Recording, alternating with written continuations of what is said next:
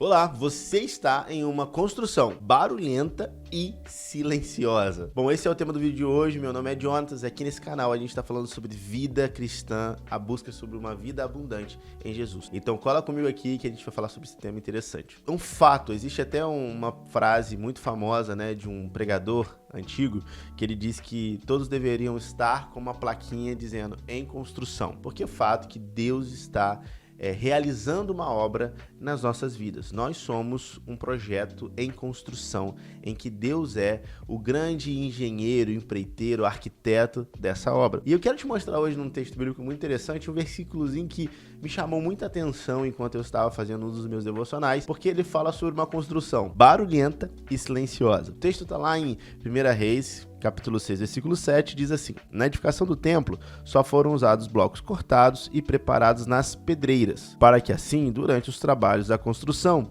não se ouvisse o barulho de martelos, machados ou qualquer outra ferramenta. É muito interessante, porque aqui é como foi a construção do templo. Na época que Salomão era rei de Israel, o templo tinha que ser construído em Jerusalém, mas não se podia ouvir barulho de construção. Então, como é que eles iam fazer se o templo era feito por pedras e as pedras precisavam ser lapidadas, cortadas? Eles levavam, essas pedras para as pedreiras, e nas pedreiras elas eram lapidadas e depois transportadas para Jerusalém, e lá elas eram colocadas no templo em total silêncio. Isso me levou a uma reflexão muito grande, porque levando em consideração que nós somos construção de Deus e estamos em obra, aqui mostra um pouco de como Deus ele deseja que a obra aconteça na nossa vida, ou como melhor, como ele realiza a obra na nossa vida. Eu acredito que a obra de Deus em nós, ela é barulhenta e silenciosa. Primeiro que existe muito barulho acontecendo em quem está sendo construído por Deus. O lugar de lapidação é o lugar em que você vai ter os seus momentos de arrependimento, de entender qual é o caminho que você segue, está divergente do caminho que Deus quer para você.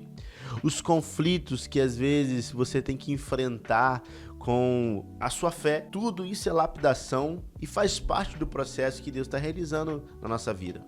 A grande lição aqui é que isso não precisa ser visto por todo mundo. Jerusalém era uma cidade muito povoada. Jerusalém era uma cidade que era a capital da nação. E então, era necessário que essas pedras fossem lapidadas num lugar afastado de uma pedreira. Deixa eu te falar uma coisa. Existem muitos conflitos que estão acontecendo dentro do seu coração, na sua mente, no lugar de intimidade, no lugar secreto. E é importante que eles aconteçam. Você não precisa expor isso para todo mundo. Você não precisa fazer com que todos saibam todas as crises que você está enfrentando. Você precisa passar por esse processo.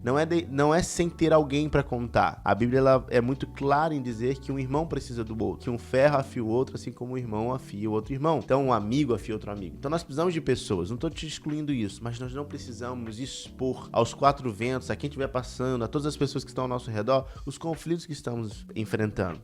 Isso faz parte da construção, mas isso tem um lugar secreto para ser vivido entre você e Deus, e entre você e as pessoas específicas que Deus tem colocado na sua vida para te ajudar nesse processo. Então, o primeiro lugar da construção que Deus tem pra gente é a pedreira, é o lugar de lapidação, é um lugar do secreto, é um lugar da gente viver esses momentos de atrito e conflito interno de maneira pessoal, junto com Deus e com as pessoas certas. E o outro lugar importante para a gente viver o processo de construção de Deus é o lugar do propósito. Jerusalém era a cidade escolhida por Deus para ser construída o templo de Deus. Não podia ser outro lugar, não podia ser uma outra cidade, não podia ser uma outra região, tinha que ser Jerusalém. Para todos nós, Deus tem um lugar de propósito. Para todos nós, Deus tem um caminho, uma geografia, às vezes realmente, ou então nem sempre uma geografia, um estado específico que ele quer que a gente construa a nossa vida, o propósito dele na nossa vida. Esse lugar de propósito pode ser o seu trabalho, é a sua família,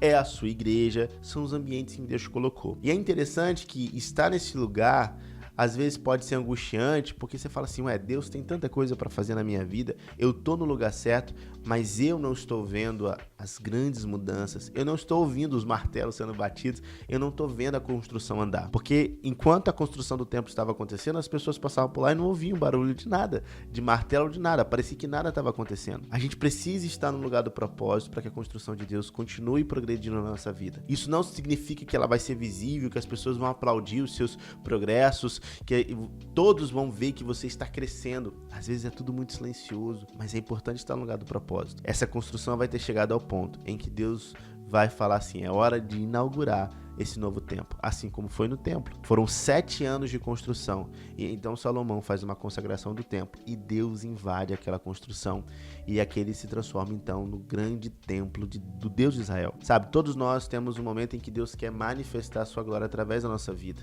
de maneira em que a gente vai estar vivendo a plenitude do processo e a plenitude do propósito. Mas para isso a gente precisa passar pelo tempo de construção. E o tempo de construção ele é vivido em 2 lugares. A pedreira, o lugar secreto de lapidação, e o lugar do propósito, aonde, por mais que esteja silencioso, confie que Deus está concluindo a sua obra e ela vai chegar ao ponto que Ele preparou e que Ele planejou.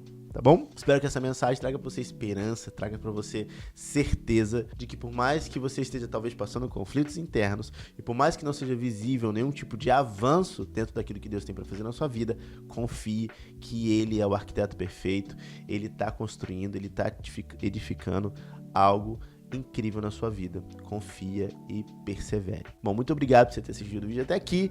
Compartilha com o máximo de pessoas. Curta o vídeo, é muito importante para que o algoritmo entenda e espalhe essa mensagem para o máximo de pessoas. E você vai me ajudar muito se você deixar um comentário aqui para eu saber que você assistiu o vídeo até o fim, tá bom? Deus abençoe, tamo junto e até a próxima.